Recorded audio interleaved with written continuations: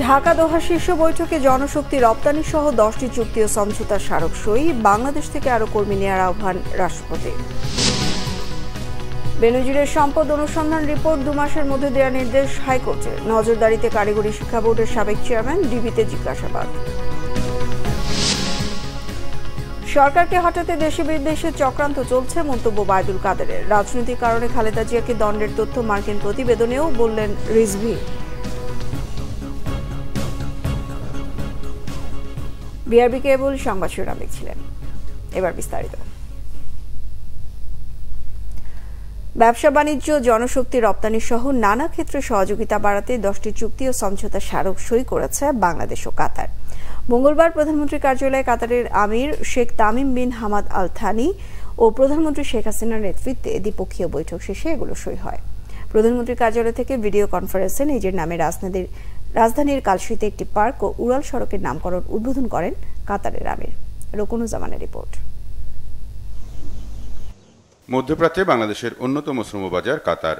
সেখানে কর্মরত প্রায় 4 লাখ বাংলাদেশি। আমদানির মাধ্যমে বাংলাদেশের জ্বালানি চাহিদার বড় অংশেরও যোগান দেয় কাতার। এমন সম্পর্কের মধ্যেই কাতারের আমির Sheikh Tamim bin Hamad Al থামির ঢাকা সফরের দ্বিতীয় দিন সকালেই তিনি যান প্রধানমন্ত্রী কার্যালয়ে। বৈঠক হয় 2 শীর্ষ নেতার মধ্যে।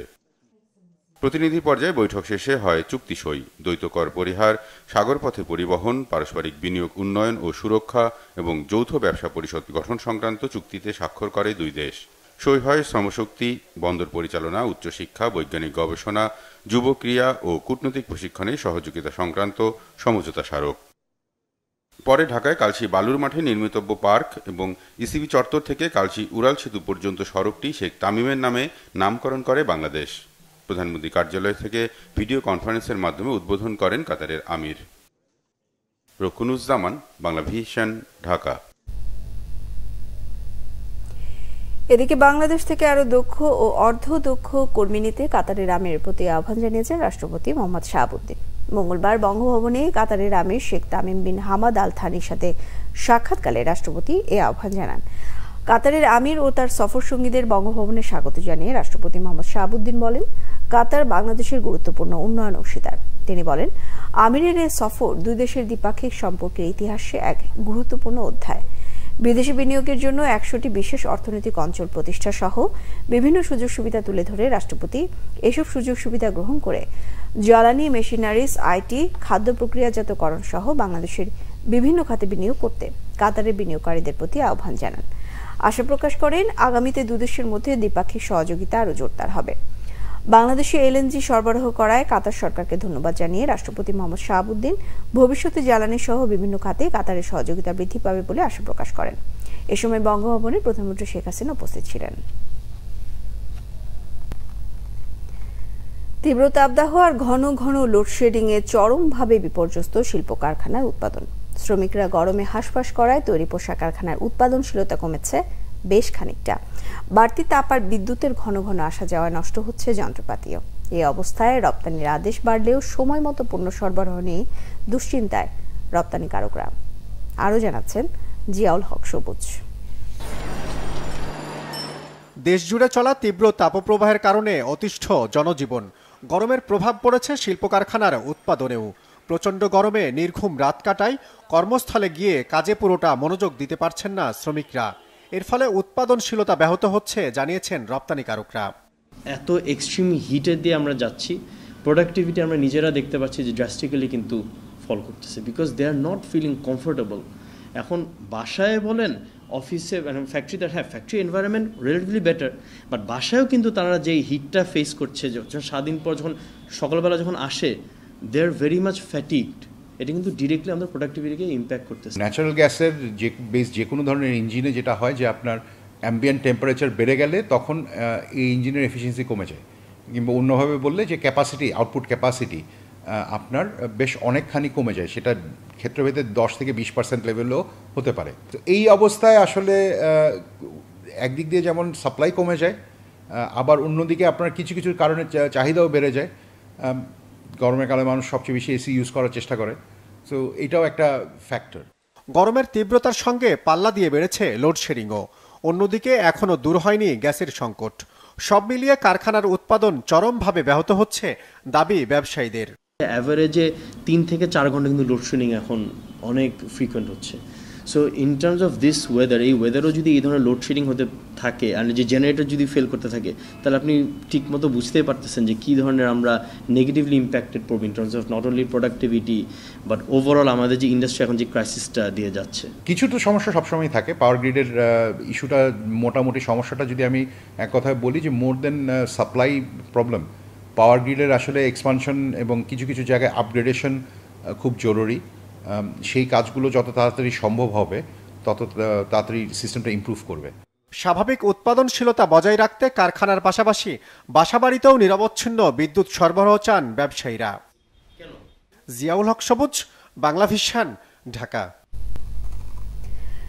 সাবেক আইজিপি বেনজির আহমেদ ও তার পরিবারের সদস্যদের অবৈধ সম্পদের অভিযোগ অনুসন্ধানের অগ্রগতি প্রতিবেদন 2 মাসের মধ্যে আদালতে দাখিল করতে দুদককে নির্দেশ দিয়েছেন হাইকোর্ট। এ বিষয়ে করা রিটের প্রাথমিক শুনানি করে মঙ্গলবার এই আদেশ দেন বিচারপতি নজরুল ইসলাম তালুকদার ও বিচারপতি কাজী ইবাদত হোসেনের বেঞ্চ। সরকারি কর্মকর্তাদের সম্পদের তথ্য জানতে ভারতের মতো অ্যাসেট ডিক্লারেশন আইন করার পরামর্শ উঠে আসে আদালতে। তাইমুর রশিদের রিপোর্ট।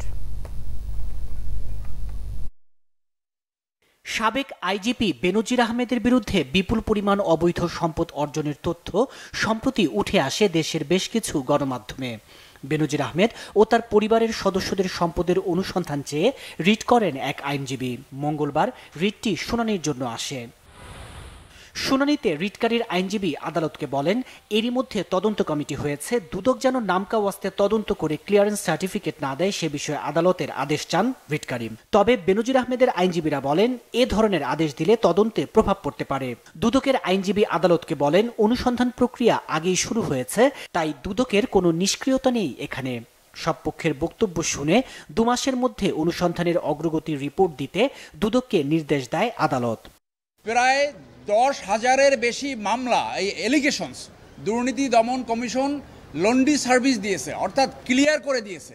এই মামলা যদি সুষ্ঠু তদন্ত না হয়, যদি ক্লিয়ারিং সার্ভিস এখান থেকে পায়, তাহলে বাংলাদেশে দুর্নীতির ফ্লাড গেট ওপেন হবে। মাননীয় আদালত আমাদের সাবমিশন গ্রহণ করে 2 মাস পরে এই তদন্ত রিপোর্টের প্রোগ্রেস এসিসিকে দাখিল করতে বলেছে। আমরা আদালতের আদেশ কমিশনকে অবহিত করেছি। অবশ্যই কমিশন আগামী 2 মাসের মধ্যে তার অনুসন্ধান শেষ করতে পারলো কিনা বা অনুসন্ধান কতটুকু কার্য করলো এই মানি লন্ডারিং এবং জ্ঞাত আয় বহির্ভূত সম্পদের ব্যাপারে, সেটা আমরা অবশ্যই হাইকোর্ট ডিভিশনকে লিখিত আকারে হলফনামার মাধ্যমে আমরা জানাবো। এই আদেশের ফলে সব পক্ষেরই সুবিধা হয়েছে বলে মনে করেন বেনজির আহমেদের আইনজীবীরা।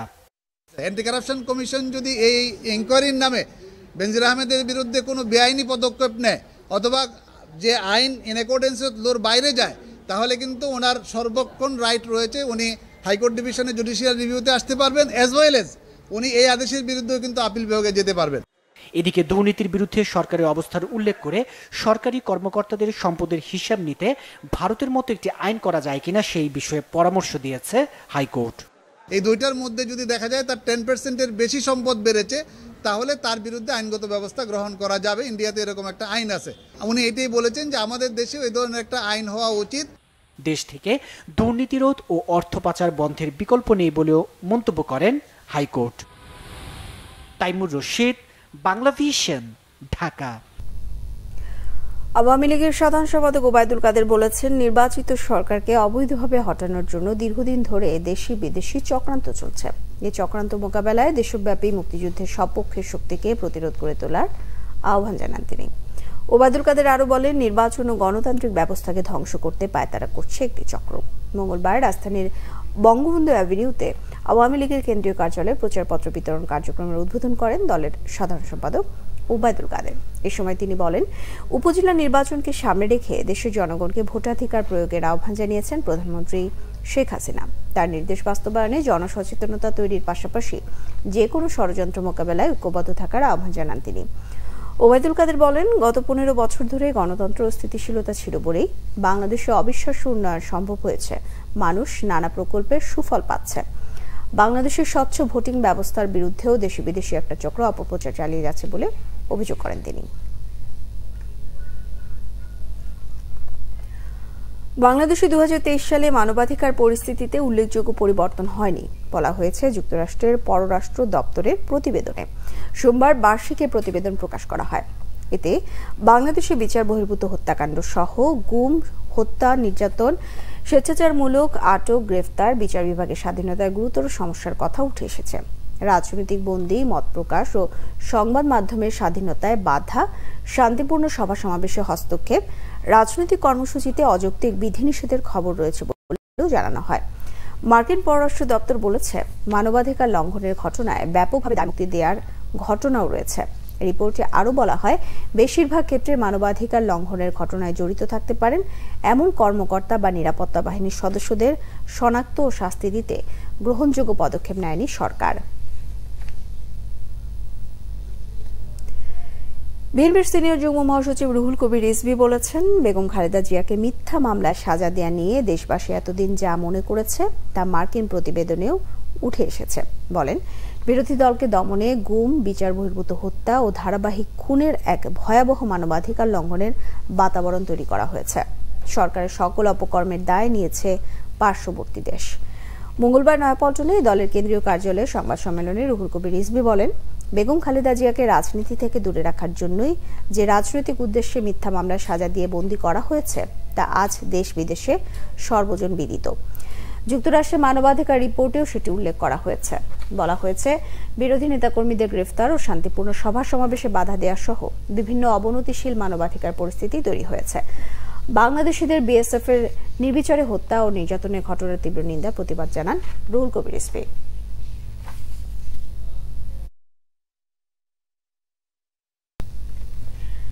সংবাদ শেষ করব বিআরবি কেবল শিরোনামগুলো আরেকবার জানি। ঢাকা দোহা শীর্ষ বৈঠকে জনশক্তি রপ্তানি সহ 10টি চুক্তি ও সমঝোতার স্মারক সই। বাংলাদেশ থেকে আরো কর্মী নেওয়ার আহ্বান রাষ্ট্রপতি। বেনজিরের সম্পদ অনুসন্ধান রিপোর্ট 2 মাসের মধ্যে দেওয়ার নির্দেশ হাইকোর্টের। নজরদারিতে কারিগরি শিক্ষা বোর্ডের সাবেক চেয়ারম্যান, ডিবিতে জিজ্ঞাসাবাদ। সরকারকে হটাতে দেশে বিদেশে চক্রান্ত চলছে, মন্তব্য ওবায়দুল কাদেরের। রাজনৈতিক কারণে খালেদা জিয়াকে দণ্ডের তথ্য মার্কিন প্রতিবেদনেও বললেন রিজভী। এই ছিল এখনকার মতো। পরের সংবাদ সকাল 7:30টায় দেখার মতন রইল। এছাড়া বাংলাভিশন সংবাদ ও সংবাদ সংশ্লিষ্ট অনুষ্ঠান দেখতে ভিজিট করুন www.bbnews24.com ও facebook.com/banglavisionnews। সাবস্ক্রাইব করুন youtube.com/banglavisionnews। সঙ্গে থাকায় ধন্যবাদ সবাইকে।